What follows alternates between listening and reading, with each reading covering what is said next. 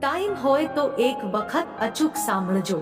માણસ સિંહનો શિકાર કરવા નીકળ્યો. સિંહ પર ગોળી છોડી. સિંહ બચી ગયો અને માણસની પાછળ થયો. ત્યાં માણસ વૃક્ષ પર ચડી ગયો. વૃક્ષ પર વાનર હતો. સિંહે વાનરને કહ્યું, માણસ મારો શિકાર કરવા આવ્યો હતો, તું એને નીચે નાખ. વાનર કહે, હશે, જવા દો ને.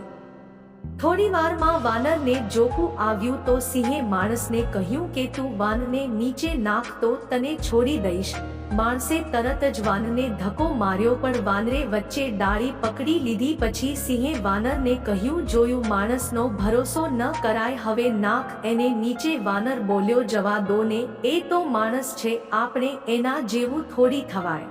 આમ ને આમ દિવસો ગયા ને રોજ સાંજ પણ પડતી ગઈ. શોખ મરતા ગયા. એક એક કરીને જવાબદારી વધતી ગઈ. સપનાઓ રૂંધાયા અને મુલાયમ હાથની રેખાઓ બળતી ગઈ. પૈસાને પરિસ્થિતિના ખેલમાં સાલી જિંદગી ઢળતી ગઈ.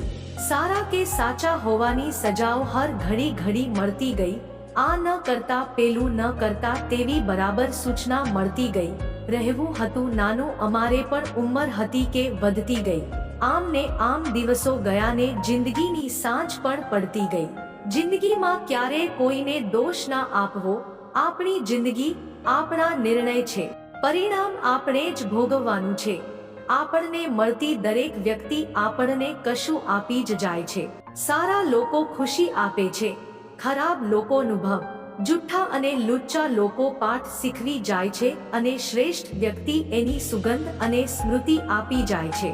મિત્રો, જો વિડીયો ગમ્યું હોય તો કોમેન્ટમાં યસ જરૂર લખજો અને એક લાઈક અને ચેનલને સબસ્ક્રાઇબ કરવાનું ના ભૂલતા. તમારું કિંમતી સમય આપવા બદલ ખૂબ ખૂબ આભાર.